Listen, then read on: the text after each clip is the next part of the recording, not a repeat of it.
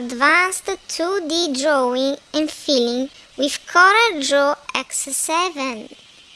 Leave us feedbacks to improve our videos. Let's see advanced tools to draw 2D lines in Corel Draw. All 2D line tools available can be found in the first icon of the third section.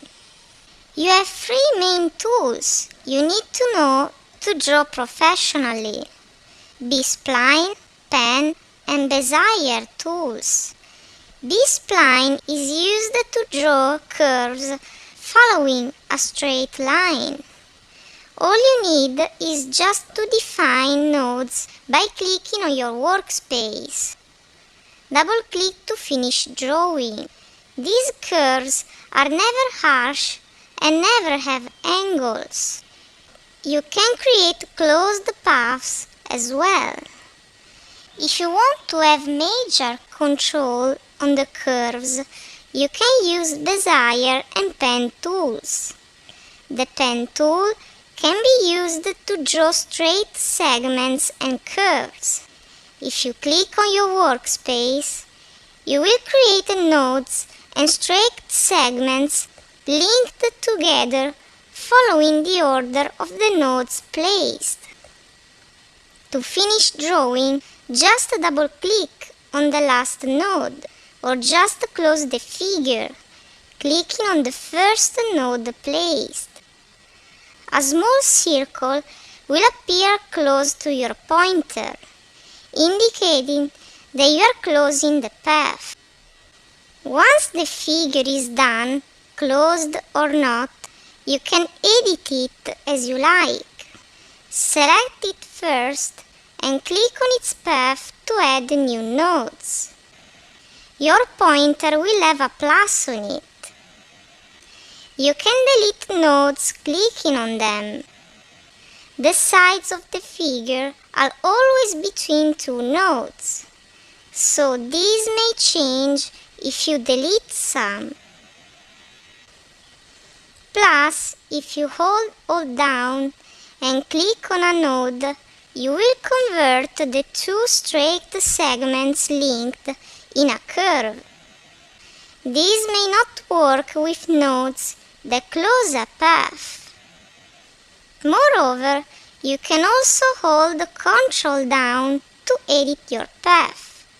If you click and drag while holding Ctrl down on a point of the path, you can change how the curve must be.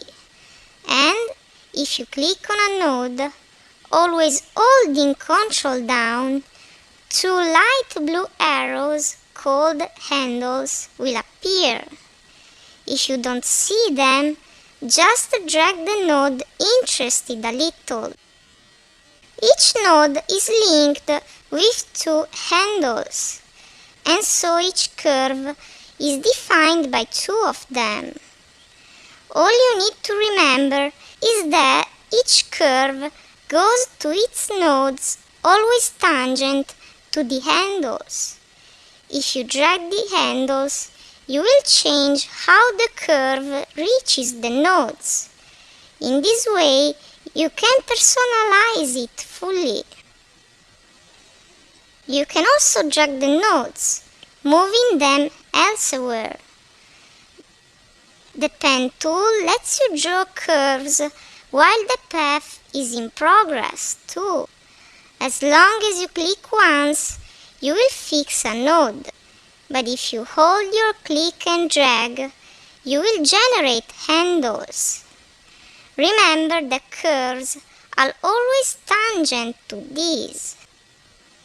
The Bezier tool works just the same, with the difference that there is no virtual line helping you while your drawing is in progress. Try it too. You can use the pen tool to edit nodes and handles made using other tools, but it's much more practical to use the shape tool that you can find in the first section. If you draw lines with a freehand tool or a polygon using the related tool, these can be always modified and edited with the Shape tool. For example, you can turn a regular polygon in a regular star by using the handles. Or you can edit your B-spline dragging the blue nodes that compose the curve. The freehand tool is like a curve made with the pen tool.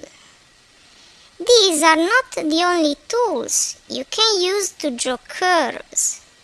For example, you can use the freehand tool to draw straight at first, and then you can change these to curves using the smooth tool on it. Choose your most favorite way. Let's see how to fill up objects. You have 3 different ways to do it. One is to work with the Object Properties panel as seen in the beginner tutorial.